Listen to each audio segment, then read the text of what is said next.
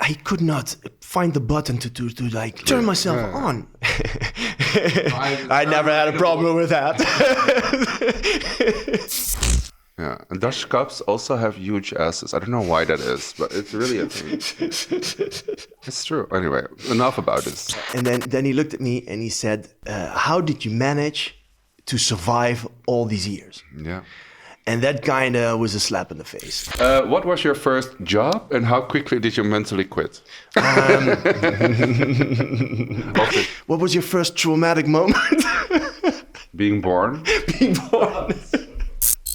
And you know why Albert Einstein wasn't able to build a house even though he was very smart, right? No. Because he only had Einstein. The dad jokes. I cannot with you. Hey everyone, and welcome to The Main Characters. The Main Character podcast is all about queer joy, self-love, and iconic guests. It's fun. It's needed. Let's get into it. So Marco, we're here again. Yes. Yes. And it wasn't planned, right? No. No. No, we already finished our first season, of course, with Super Flirt this summer. Yes. But we couldn't leave you without one more last hurrah in 2025. So we're doing one extra secret episode right now. And it's the last few days of the month, of the year even. So we thought how better to end it than do an episode about things that you've done for the very first time. Yes, because it's the first time we are doing a podcast, the first season. So let's talk about first. Yeah. But first, how have you been? How have I been? I've been good, Marco. Yeah, I've been busy. I'm a little... I went to a party last night, so, Little sleep. Oh, not sleepy, but, she's activated. But it was fun. It was like a Christmas party with gifts, with friends, so we had a good time. With presents? Of course. What did you get?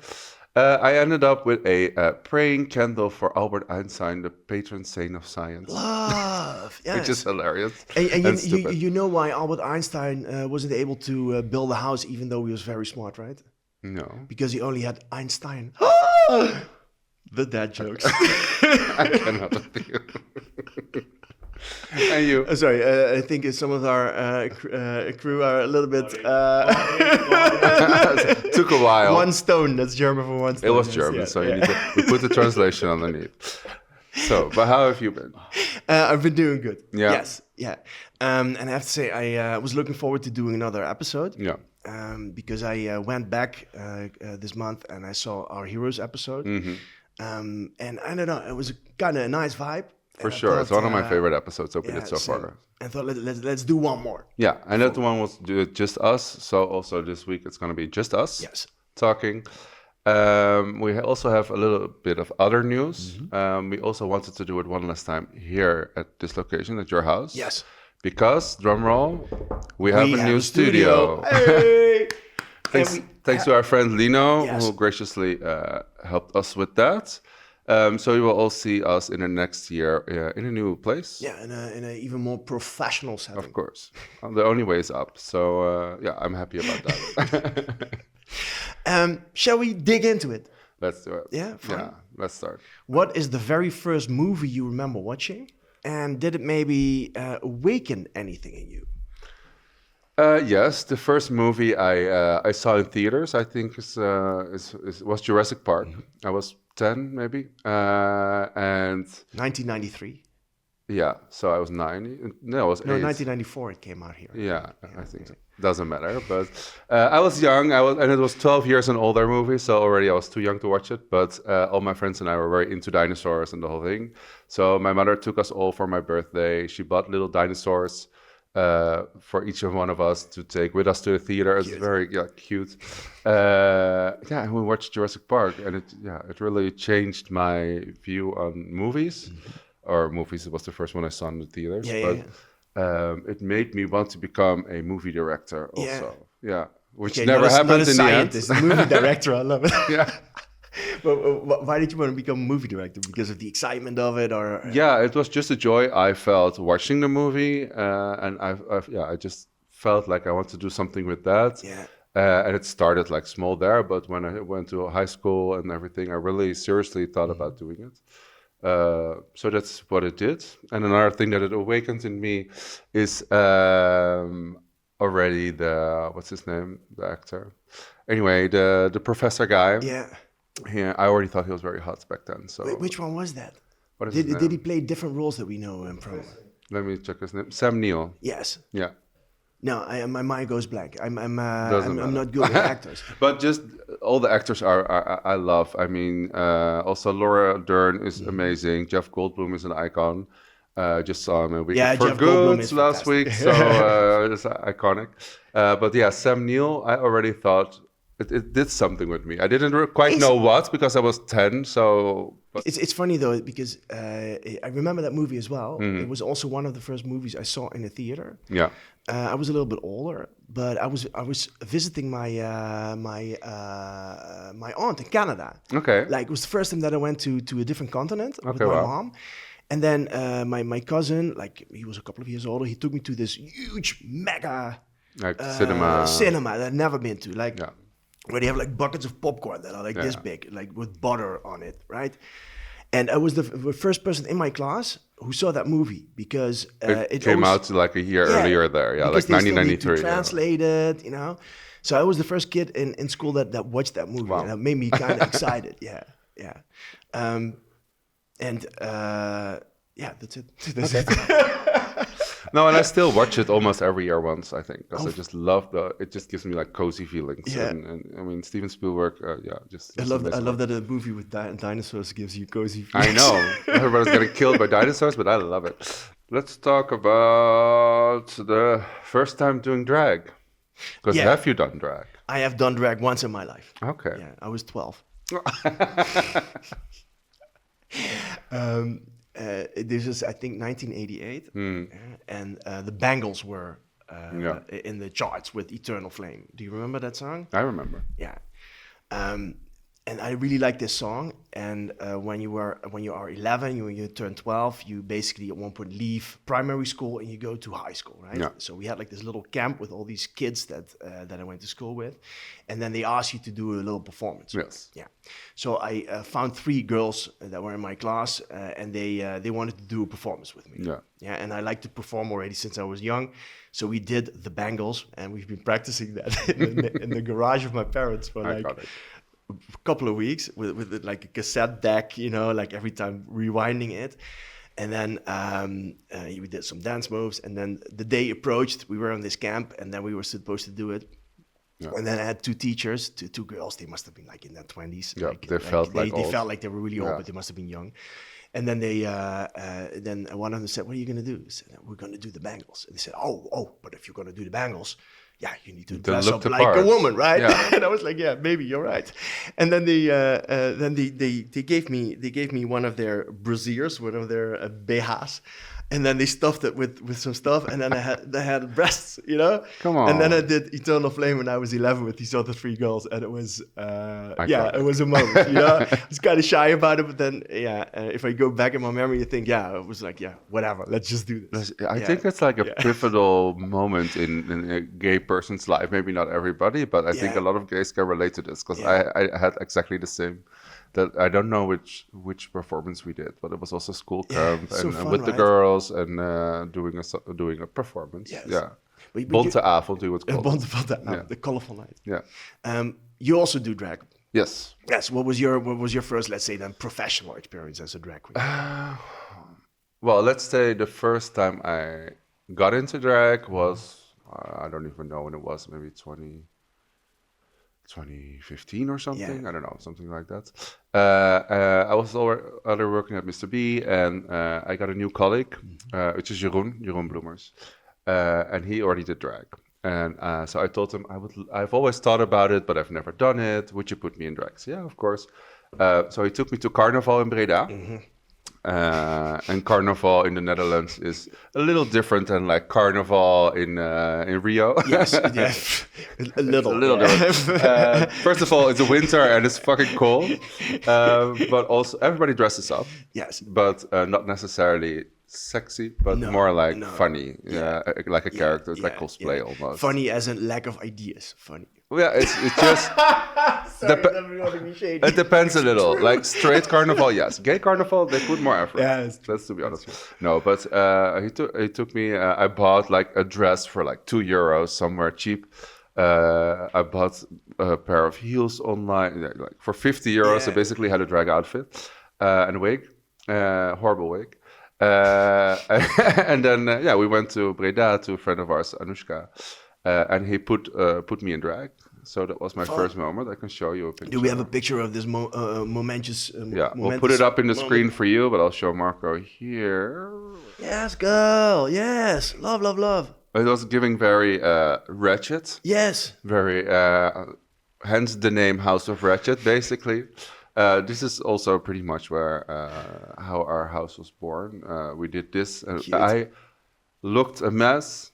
I mean, for the first time in drag, it's okay-ish, but it was the first time wearing nails, wearing heels, the whole shebang. And I was feeling it so hard. Yeah. I was feeling so comfortable through you when you were wearing this outfit. I don't know. I just felt really like liberated and free to be a different person. So also my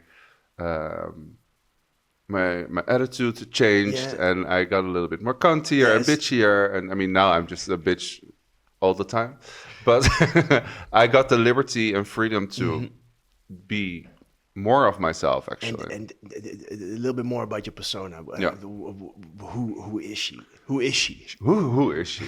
Trashly Ratchet. It's Ashley but trashy. Yes. That's how I got the name. Ratchet, of course, from our house. And she's basically a... how do I say it? She is a rich girl, but with ghetto fashion. Or you cannot say ghetto, but you know what I mean. More urban fashion. So that's a little bit it. I see very it's a little bit of Clueless vibe. And the attitude that she has, when somebody approaches you, she's just bored and over it. That's her whole thing, which is great if you have to be in drag the whole time and you're tired or your heels hurt. Yeah, that's already the personality. So she's just standing there with her nails in your face, and she's just over it. Fun, fun. Yeah. So that was the first time doing drag. First time actually performing was. On stage performing, not lip syncing, but dancing was at Club Nix. Is this you? This is me. No. Yeah. Dang. Oh my God! This is like a young Michelle Visage in a bright is pink, crazy. in a bright pink wig. I'm here for it. I mean, yeah. I mean, it's red, but yes. Yes. And it was really fun because I was with 3 friends of mine and from the house, and we were booked to dance at the club, but we never done any booking or whatever. So we're like, let's go. So we got already drunk backstage, which was not always the best idea. And we had a song. I don't remember the name of the song, but it doesn't matter. But it's a song of 5 minutes or 6 minutes. It's far too long to do a drag number. So we gave it to the DJ, and we were already going onto the stage, and we were like, okay, we'll just start dancing, just play the song. But the song that was playing was also still 4 minutes out, and they didn't change it. So we were dancing like crazy, giving it all, and after 4 minutes, we were already sweating, tired, couldn't stand on our heels, and then the song started. Crazy. So it was a lot, but we managed to do it till the end, and it was a really fun experience, let's say. And did you rehearse it? This no, because it was just basically go-go dancing. You just go in and do it. I love it. Yeah, and the first time I actually did a lip sync was I was together with my friends Nelson. We were booked to do a show with Lady Galore at the Amstel 54. Shout out to Lady Galore. Lady Galore, yes, helping a lot of drag queens get gigs. And I did 2 songs. I think I did Christina Aguilera and I did Taylor Swift. Yes. Shake It Off. But the Christina Aguilera song, I knew, it was really sad, ballad. I knew all the lyrics, all the things. Yeah. Taylor Swift was oh, I know that song, so I can do it. Half of the things I missed, basically, but I was doing it, and then I almost fell off the stage. Yeah. But yeah, it was just hilarious, and everybody laughed, and it was fun to do, though. I also love that you, even though, you just kind of made it up while you were doing it, right? That they then eventually gave you a whole club night.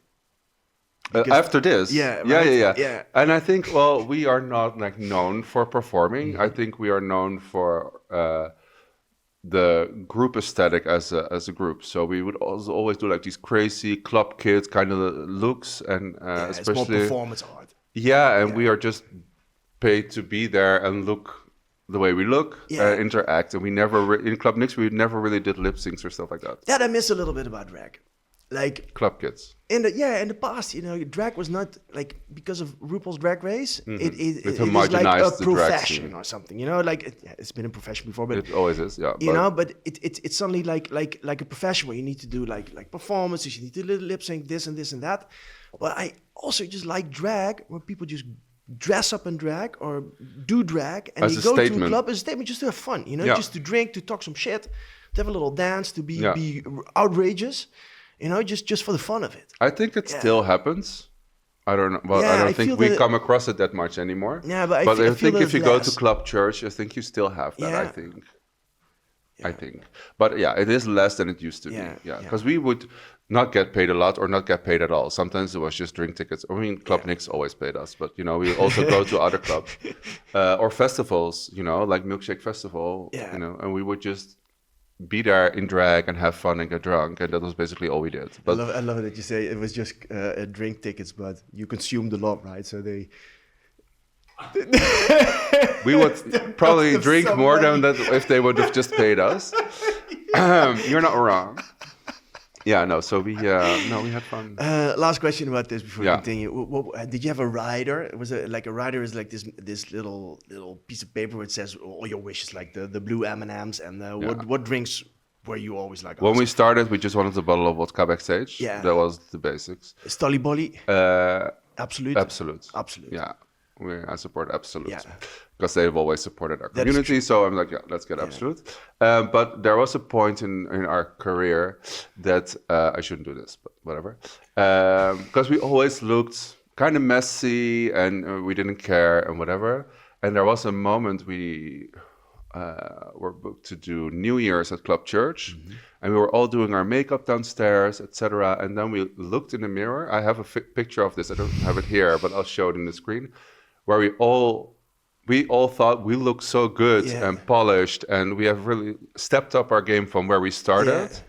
That from then on was the base level that we held ourselves to, basically. Yes. So then we got more professional, and yes, of course, in our rider was like a mirror and makeup wipes and all those kind of things. A mirror. Sometimes they book drag queens and then there's no mirror. I can't. Some backstages are just, the broom closet, but it's all fine. But they really upped our game in that sense. Funny. I thought you were going to go into the different direction that you were going to say, like, and then we looked at the mirror and then we thought, oh my God. We're going to stop. We're going to quit.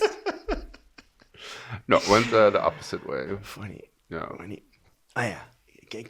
Can I tell you a childhood story? Yes. The first time I lost control. Okay. So, that can mean many things. Yeah.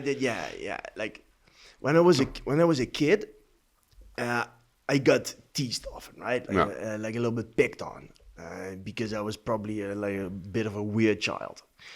And when I had to go to school and back, I always had to walk. I was living in a village. There was like these two little meadows, small ones. They were gated, and there were like goats in there. Okay. We called it the little goat path, het geitenpaadje.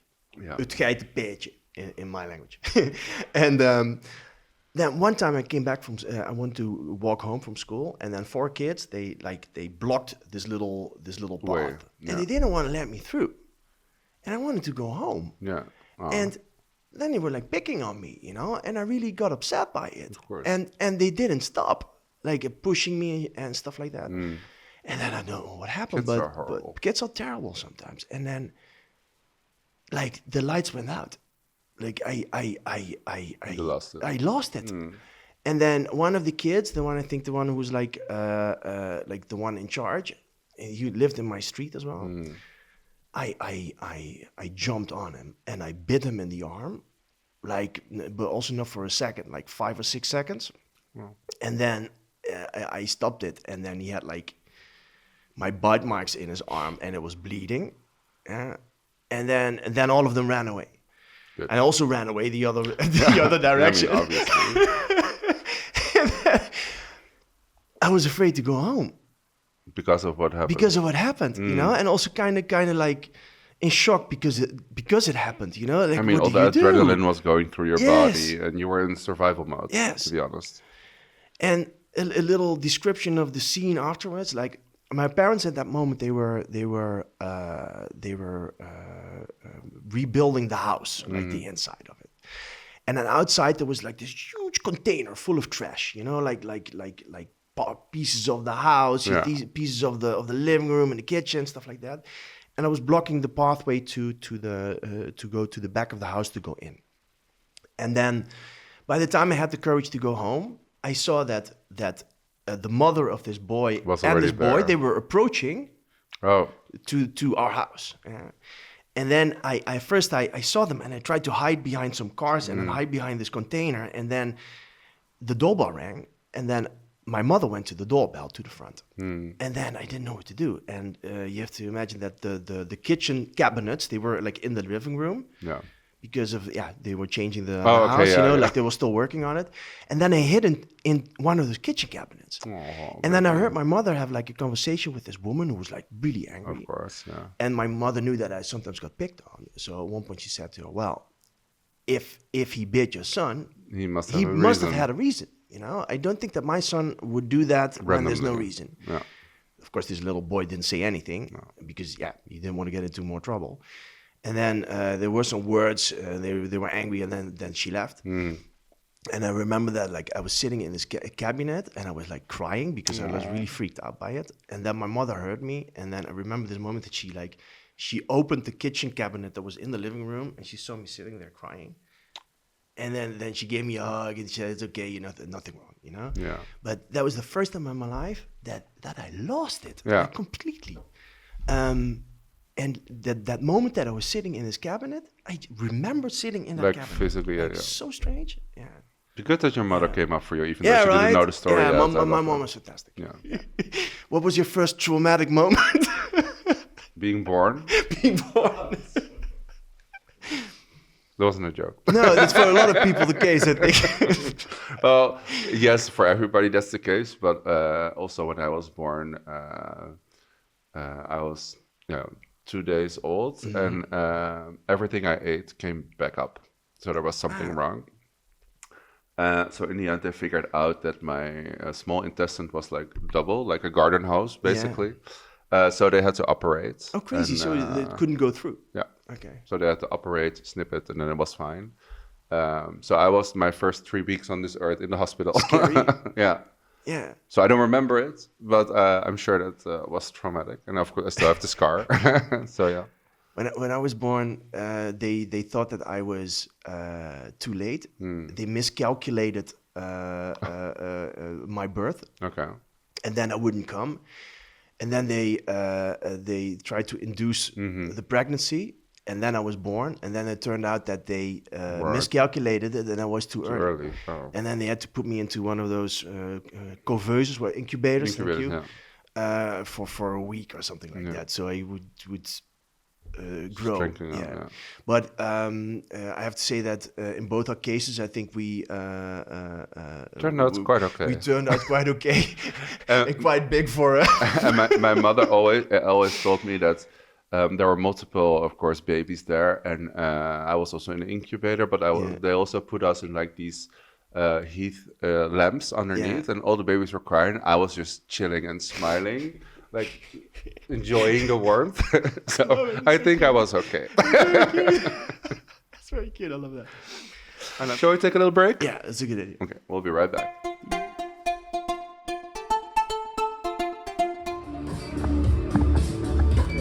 Je hebt naar bed. De uitkomst van are you gay, are you not gay? En dan try it out.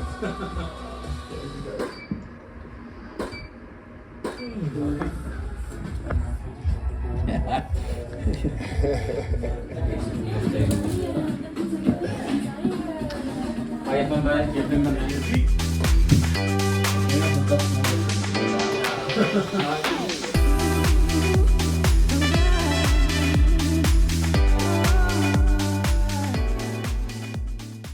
And we are back. Yes, we are. So let's dive a little bit into identity. Yes. What was the first time someone made you feel your true, authentic self? I think my art teacher in high school. I was just average student. Most teachers liked me, whatever. Maybe 2 didn't. Oh, most teachers liked you. Yes, they did actually. 2 of them didn't, but I didn't like them either. But we don't have to get into that. No. But my art teacher was the one who I think really saw me and also helped me a lot with creativity and with art, and the fact that you don't have to apply to the rules. You can basically create the rules. Looking back, I also think he was probably queer or gay, so he could feel that, I think. What was his name? Do you remember? I don't remember. That's the worst part. And I only had him for 1 year because he was temporary. But best teachers, by the way. Yeah. Art teachers and the temporary ones. Temporary teachers are always the best. Yeah. Because they can do basically, they have to be very quick in knowing the They children. get away with more shit as well. Also, yes, also temporary.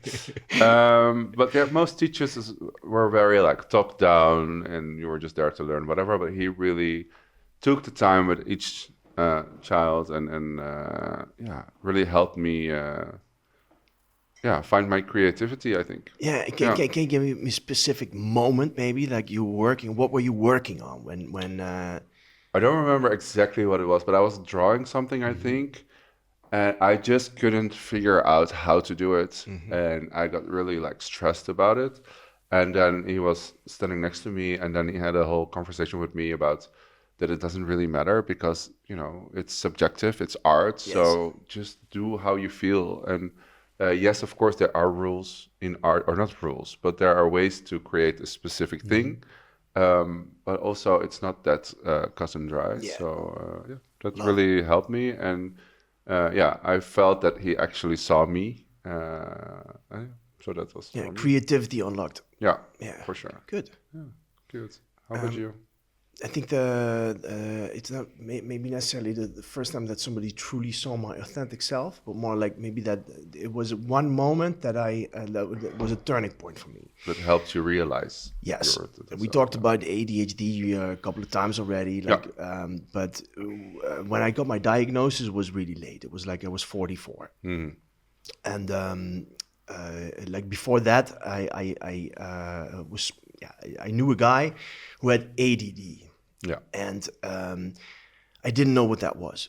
So at one point I asked him what it was, and then he started explaining it to me. Yeah. And then I thought, after him talking for 20 minutes, I thought, fuck, shit. This is what I. This sounds like me. This sounds like me, and I feel like all these things that he's naming are all the things that that are problems in my life. You know. Can you name some of them? For example, I always had difficulty with going to bed, like stopping yourself from thinking, but also difficulties with getting up because I could not find the button to turn yourself on, basically. Turn myself on. I never had a problem with that.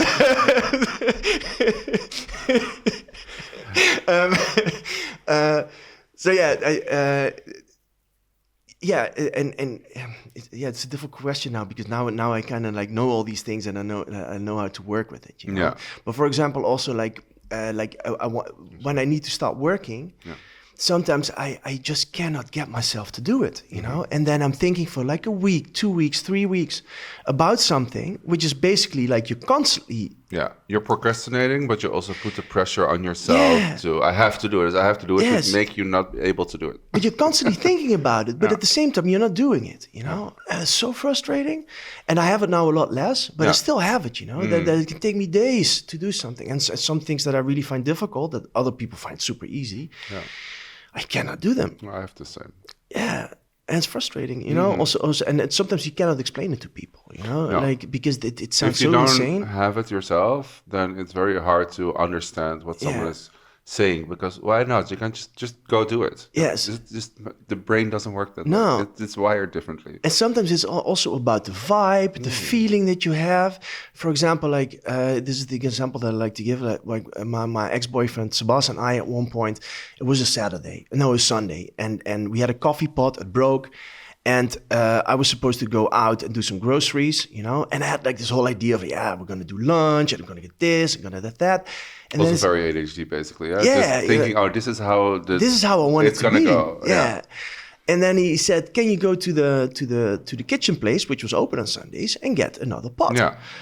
And like the whole idea of like going there, having to go through this process, doing what they're going to have contact with these people there, like explaining them.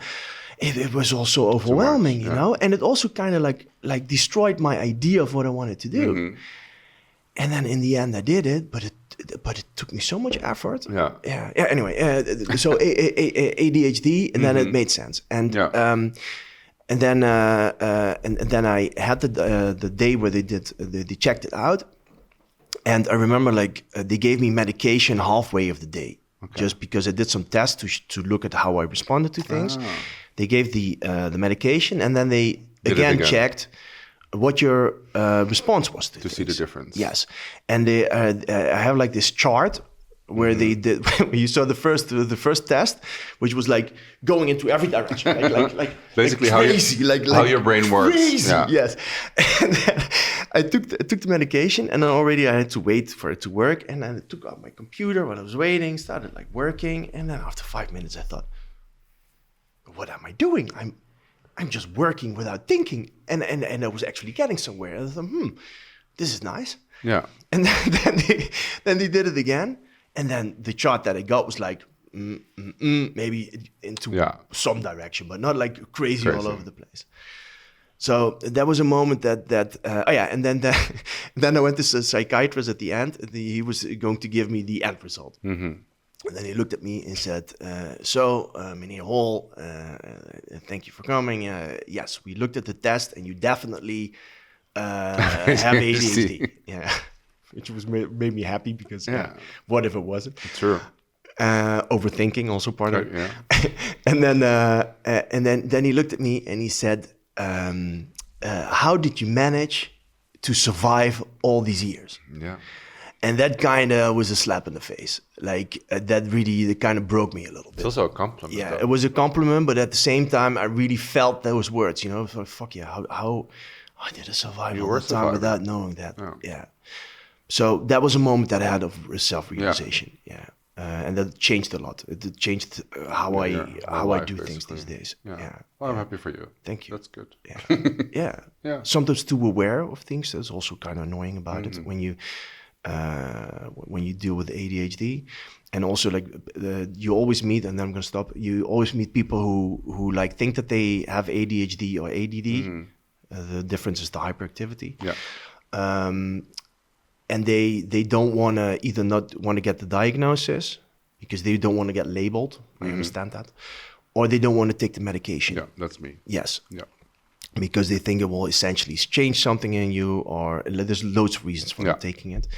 But I always say to people, at least try it once. You know, try to see if it works for you. If it doesn't, it's fine. But don't shoot it down. Try it and make that decision yourself, without having the decision, the input of other people saying that you shouldn't do it. Or I think it's something that you need to figure out for yourself. I agree. Yeah. I don't think you need to try it to figure it out per se. Yeah. But if you, let's say, if it really affects your daily life, then yes, do it. For me, I'm basically self-diagnosed. Yes. Maybe I don't have it. I don't know. But I do have a lot of the symptoms. Let's say I'm on the spectrum somewhere. I think a lot of people are, because we also see it as something that's like something wrong with you or whatever. But it's basically a whole lot of people, especially our age group also, that are just wired differently, and they grew up differently, and that wired their brain differently. Yeah. So that's nothing wrong with that. No, it's just different. It's a version of humanity. only the world is not set up for that. I mean, it's getting better because, you have now that you can work from home or there are more flexible hours or stuff like that, which helps. I think it helped me a lot because I have similar issues with getting up or getting started.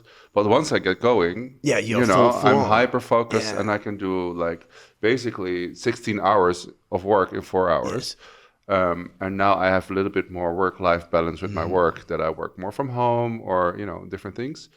And that has helped me a lot. And now I'm like, okay, do I need the medication? Not really, because I'm doing well.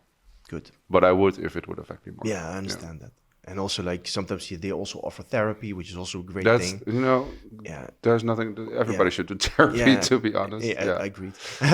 No, but I also saw with my husband, he also... Especially you. Bojan. No, but my husband also has it. He's also diagnosed, and he is also on medication. But he had different medication before, which was not good for him at all.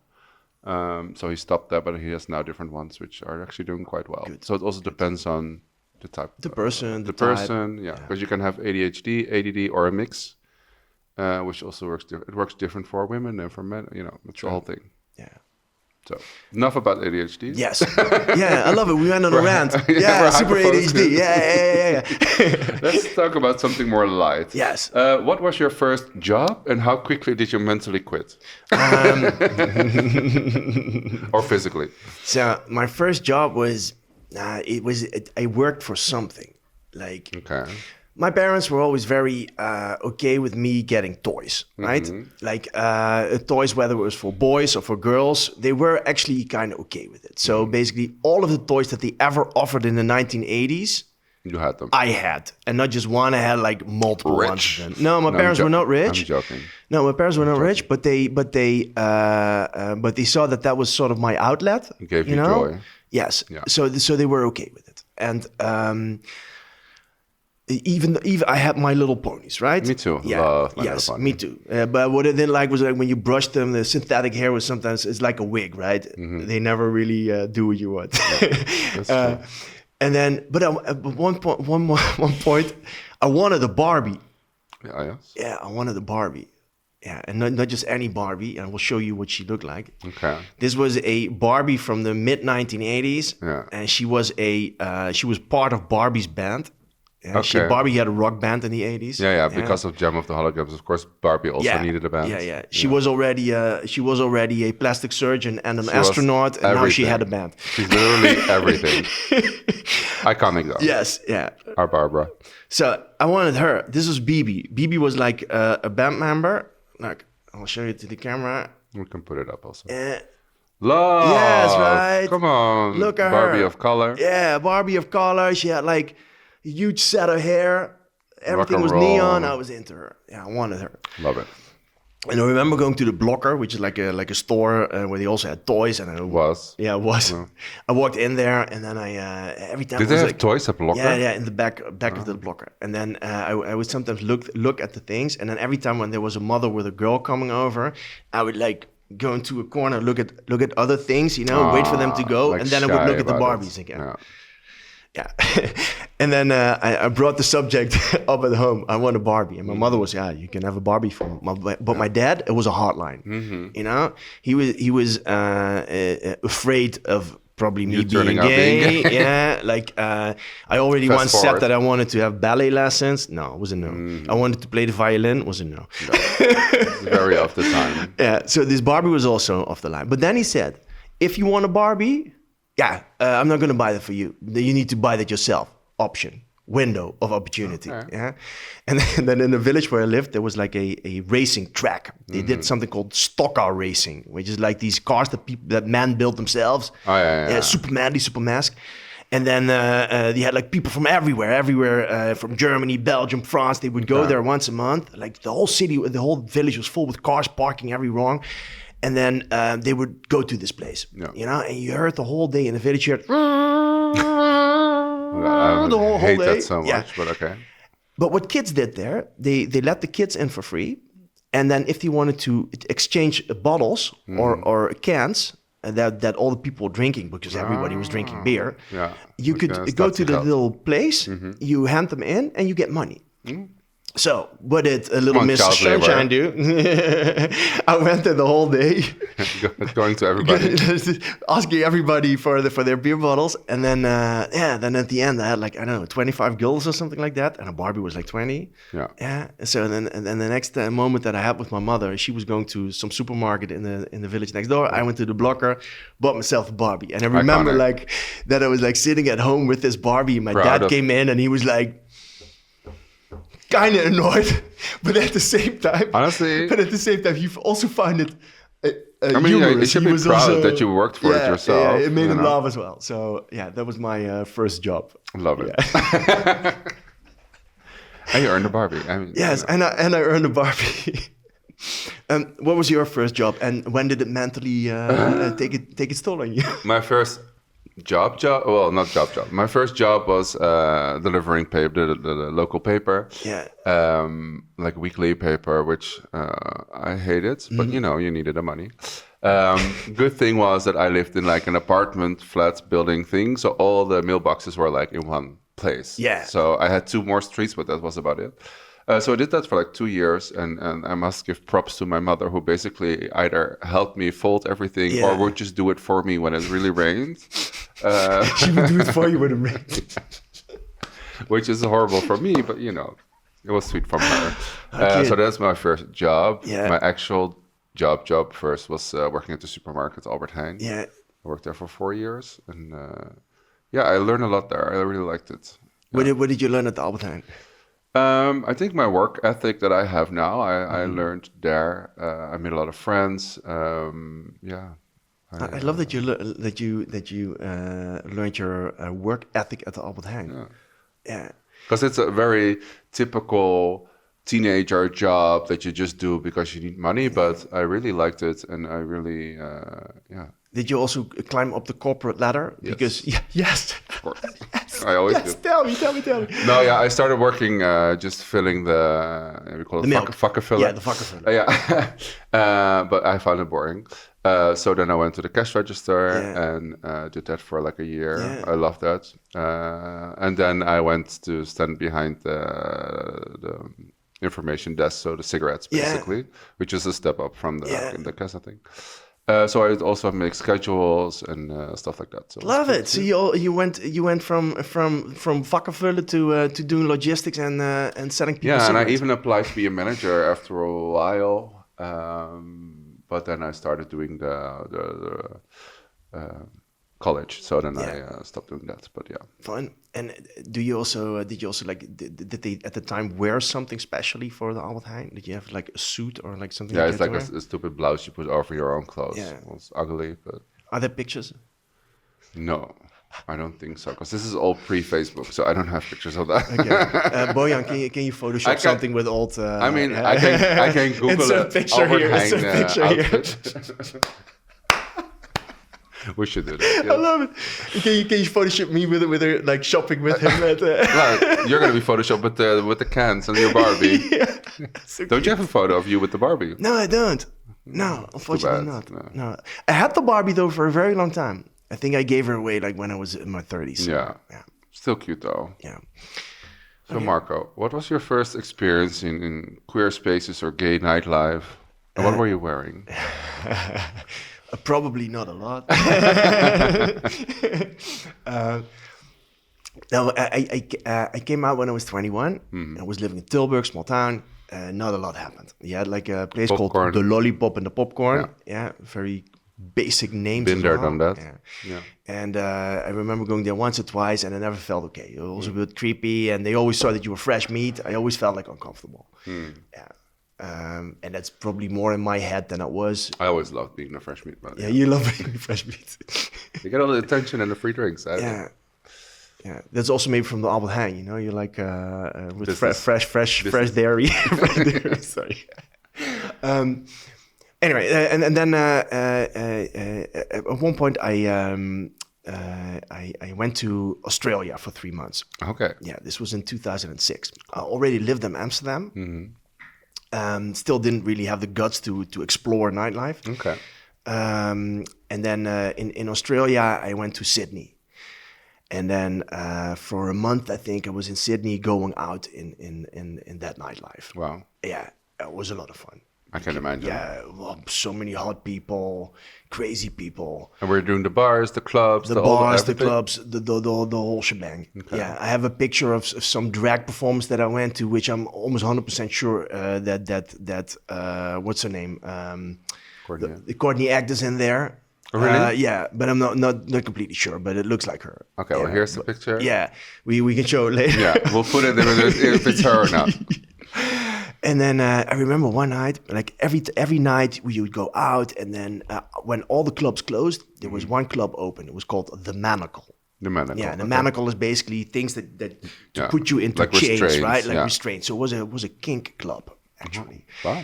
Yeah, and they were open way longer than everything else. Oh yeah, so everybody ended up there. Yeah, and in front of the door there was a woman. She was like this thick biker lesbian. Love. Yeah, she was the door person. Support your local lesbian. Yes, support your local Sydney lesbian. There you go. She was kind of menacing. She worked for the Manacle, you know that vibe. Yeah. Dressed in leather. It was a vibe. Yeah, and then I went there and I got in, and yeah, that was fantastic.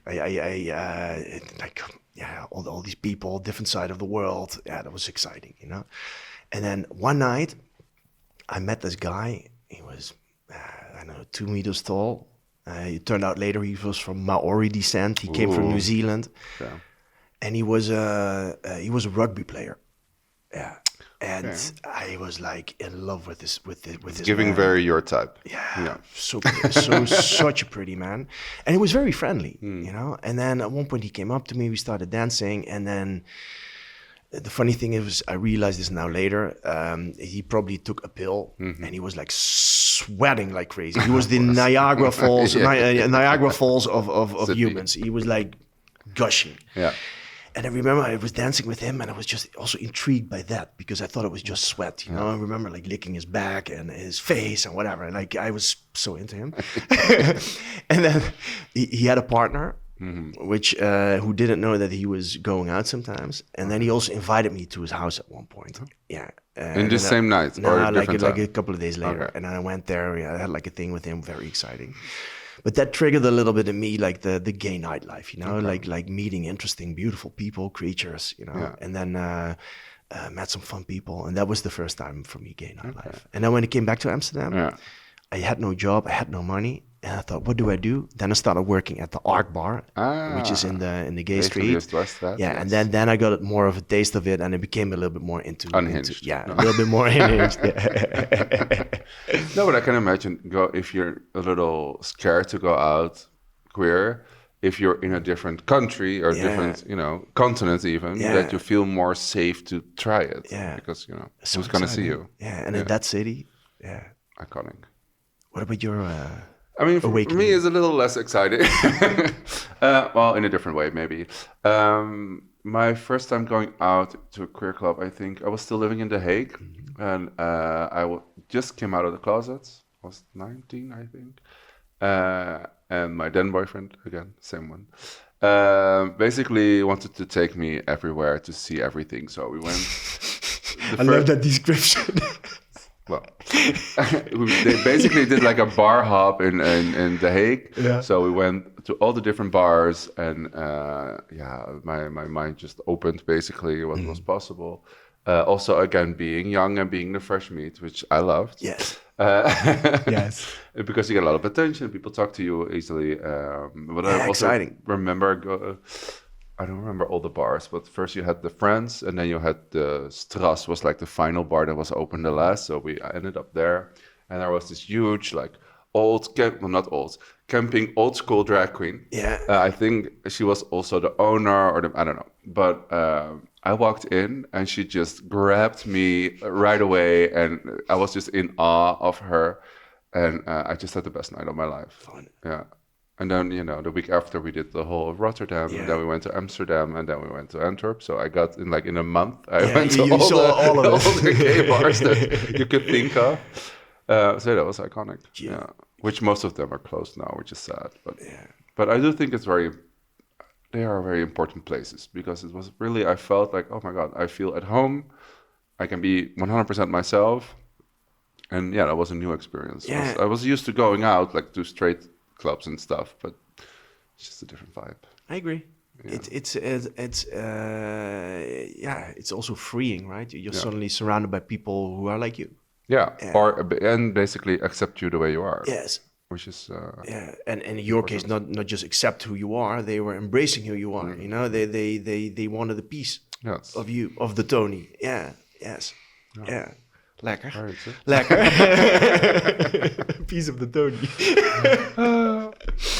Okay, well, speaking about love life, I have another one for you. Yeah. What was your first heartbreak? Oh my God. What sad gay song got you through it? My first heartbreak was with my second boyfriend, who actually I always feel like was my first boyfriend. Okay. Yeah. Like we were together for 10 months. Oh. I was in love with him. Yeah. And then for some reason we broke up. Yeah. And then I wanted to, then like for a week I was sad about it. And then I didn't want to break up. I thought, no, I want to go for this. I want to go for this. Yeah, so I sent him a message and he was like, yeah, let's meet. I said, I need to tell you something. He said, I need to tell you something too. Okay. So I was like, okay, what is it going to be? And then we were sitting on his bed kind of awkwardly. And then we were like, who's going to start first? And then I said to him, you can start first. And then he said to me, yeah, I wanted to tell you that I met a new guy. And I really like him. Great. And I was like, oh, that's nice. And he was like, what do you want to say? Yeah, it doesn't matter. It's okay. And then I like awkwardly took my shit and I left. Aww. And then like the moment I basically ran from that house. I started crying and I didn't stop crying for like 2 years. 2 years? Yeah. Aww. Now I can think ADHD, spiraling thoughts. I just couldn't break free of the, Mm-hmm.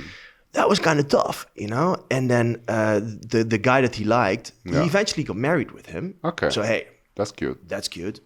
And then years later, he was still friends with another good friend of mine. And then my ex-boyfriend and we were at the same party.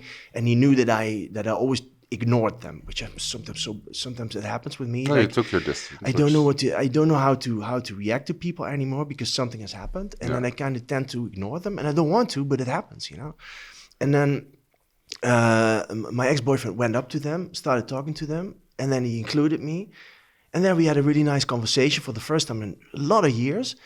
And then it kind of like took away so much, like the heartbreak, the resentment, because I really liked him and I liked his husband as well. You know, they were really nice people. Yeah. But it's you know, it's your first boyfriend. It's I understand that. Yeah. How about you? Who was your first heartbreak? Well, I have a little different, but let's just say in 90% of all my relationships, I'm the one to break it off. Usually way too late.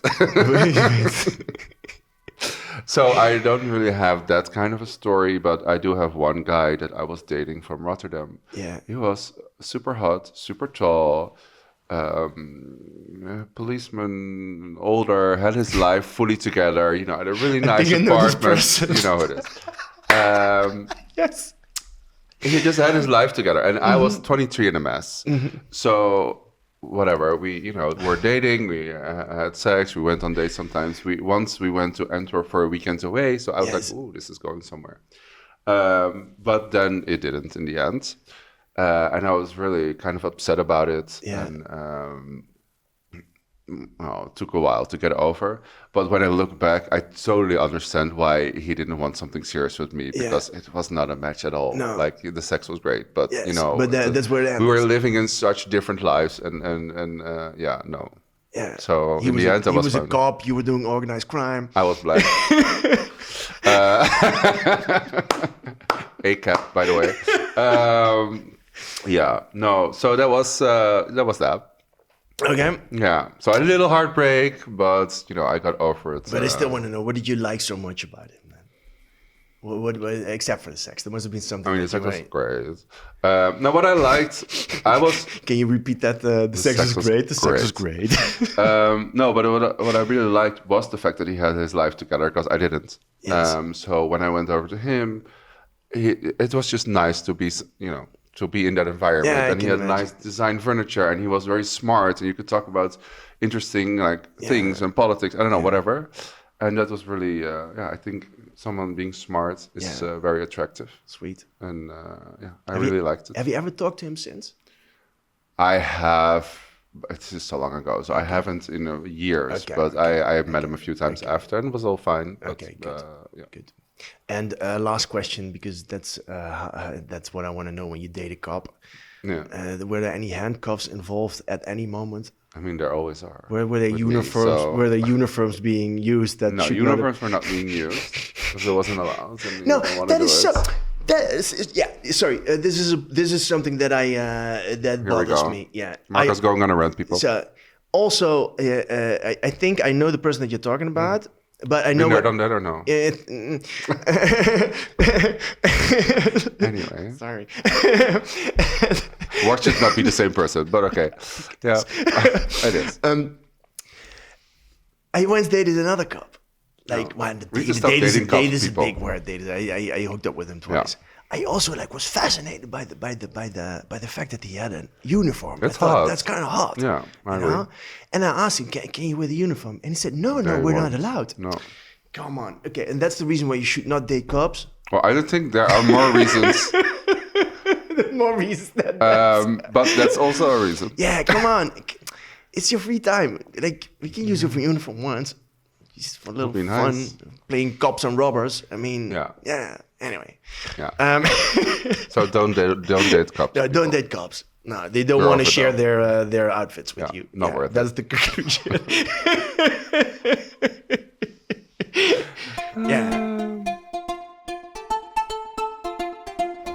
So we want to end this year with our beautiful crew. Bojan and Pablo. And we want to tell you a few little things. We just have our new website up. We'll put it right here. That the boys made, where you can find all the information about us. If you want to book us, or if you want to check out what the new episode is, or go back to old episodes. Yes. We would love for you to subscribe to our Patreon, subscribe to our YouTube channel, and listen to us on Spotify. True. We also created a Patreon account, which will also be in the subscription below, where you can get extra content. It will be free at first. There's also an option if you want to support us financially, but you don't have to.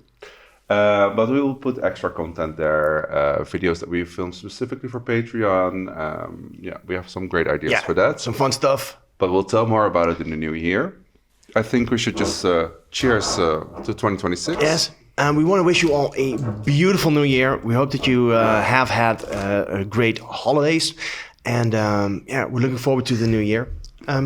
Everybody grab a glass. Have a good one. One more. Everybody grab a glass at home. This is the part where we... she knows how to open a bottle. Fast forward. With one hand. Skills. Albert Heijn. Skills. This is what they did after every shift at the Albert Heijn, right? You're not wrong. You're not wrong.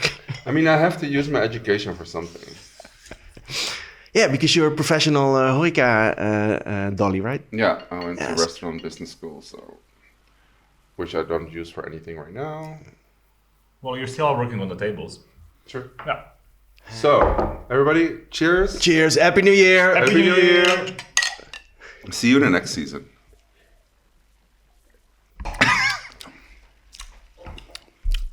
It's good, right? Yeah. Cheers, babes. Season 1. Closed. Done.